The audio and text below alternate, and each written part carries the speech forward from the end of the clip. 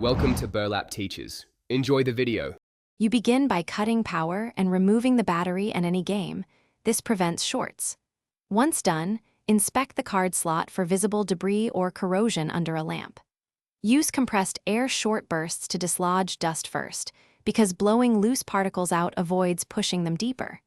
Then, with the right screwdriver, remove the bottom screws to access the slot assembly carefully. Make sure to track screw locations, so reassembly keeps alignment and contact pressure correct.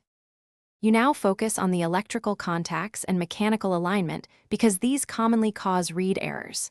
First, carefully clean the metal spring pins and plate with a lightly dampened swab of isopropyl.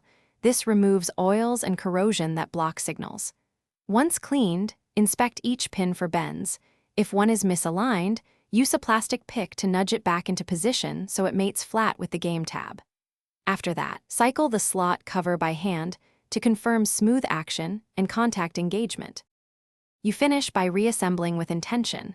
Seat any ribbon cables, return screws to their matched holes, and tighten just until snug so the case retains proper pressure. Once assembled, insert a clean, known good cartridge and power on to verify reads. Repeat insert/remove cycles to ensure consistency.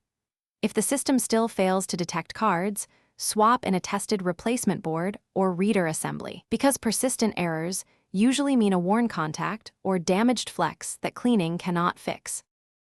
Thanks for watching. Consider subscribing if this video helped you.